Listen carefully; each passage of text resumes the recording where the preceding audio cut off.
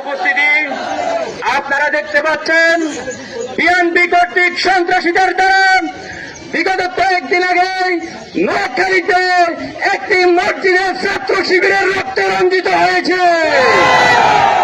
আমরা স্পষ্ট ভাষায় বলতে চাই, যে জমিনে ছাত্র শিবিরের রক্ত ঝরেছে সেই জমিন থেকে বাতিল চালিয়ে গিয়েছে। সংগ্রামী উপস্থিতি, আমরা দেখতে পাচ্ছি সম্প্রতি মহিলা জামাতের প্রোগ্রামে কোরআন কারিমে বিএনপির সন্ত্রাসীরা হামলা করেছে। আপনারা লক্ষ্য করেছেন, এই সোনাইমুড়ি উপজেলায় বিএনপির নেতা কুতুবউদ্দিন সারির নির্দেশে সে গত কয়েকদিন আগে বলেছে, যেখানে জামাত পাবে, যেখানে মহিলা জামাত পাবে সেখানে গণধোলাই দেওয়ার জন্য।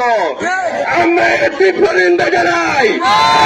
আমরা সেই দিন থেকে বিশ্বাস করি কুতুবউদ্দিন সারি রাষ্ট্রীয়তা নয়, সে একটি সন্ত্রাস। রাজনৈতিক নেতাদের সাথে আমাদের কম্প্রোমাইজ হবে, তবে কোন সন্ত্রাসের সাথে আমাদের কম্প্রোমাইজ হবে না।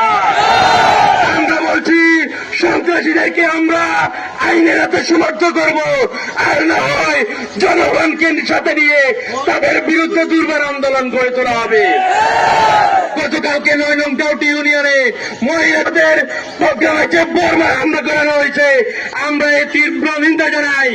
আমরা ভেবেছিলাম সন্ত্রাসীদেরকে বিএনপি প্রশ্রয় দেবে না, কিন্তু বিএনপির নেতারা রাতভর সেই সন্ত্রাসীকে আশ্বস্ত দিয়ে যাচ্ছে তার গায়ে কেউ ফুলের টোকা দিতে পারবে না।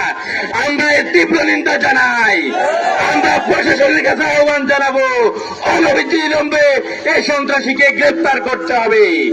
সর্বশেষ বলতে চাই, আমরা সুস্পষ্টভাবে বলতে চাই, ছাত্র শিবির এবং জামাতের রক্ত নিয়ে যদি এই বাংলাদেশে আবার অলিকেলায় হয়, আমরা বলছি 5 আগস্টের পরিণতি আপনাদের হবে।